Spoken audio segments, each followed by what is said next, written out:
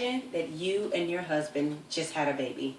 You take the baby home, you loving the baby, all the family is coming over, and you and your husband go to sleep one night and put the newborn between you two.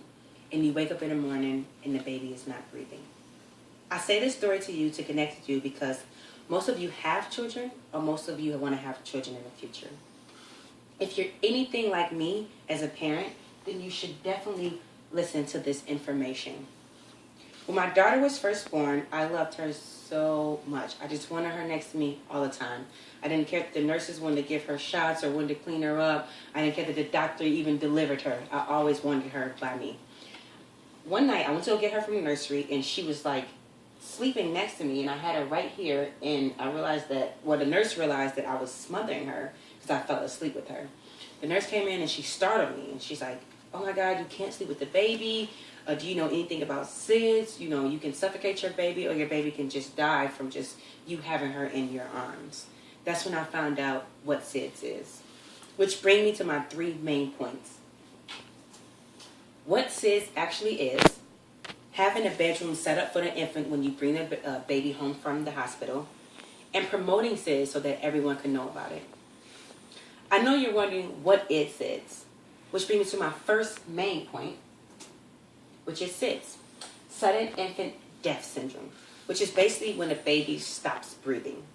Babies that sleep on their stomach are more prone to SIDS, and the effect is unfortunately death. According to Joni Nelson Helcher, who wrote a book called SIDS, an Infant Death Survival Guide, states that there are still 400 theories about what causes SIDS, but the major and growing school of thought is that some babies are born with brain abnormalities that make them vulnerable to sudden death. This is very important so that you know what and what not to do when you bring your baby home from the hospital, so that you cannot feel such a heartbreak. According to the CJ Foundation for SIDS, which is a popular website for SIDS, states that SIDS is the leading cause of death among infants aged 1 month to 1 year.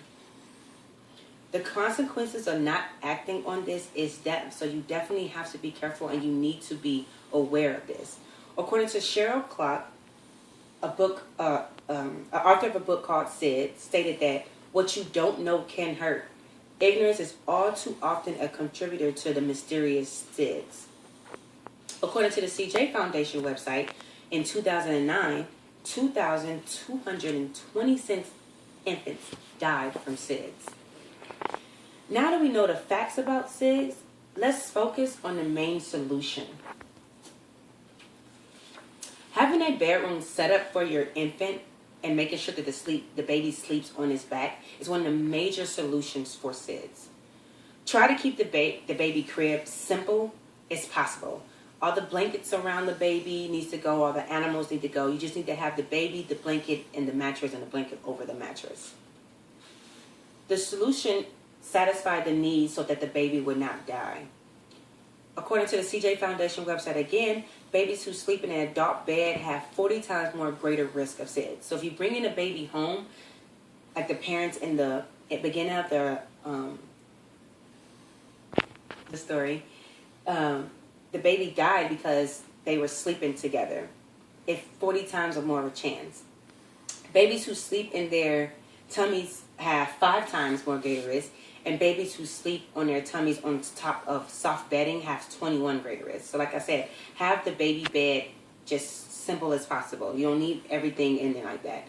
Also, swaddling the baby is a great alternative to having the baby just by itself. So implementing buying the infant bedroom stuff little at a time is the best way for it to become reality. So let's say you're pregnant and you found out you're pregnant at 3 months. Every month, try to buy something that's big. Like you'll purchase the crib and then you'll purchase a little more stuff. Like me personally, what I did was I found out I was pregnant at about 3 months. I got the baby. I moved into a different apartment. I got a 2-bedroom. I got a baby bed first. I painted the walls. I got little things at a time so that I can see that reality was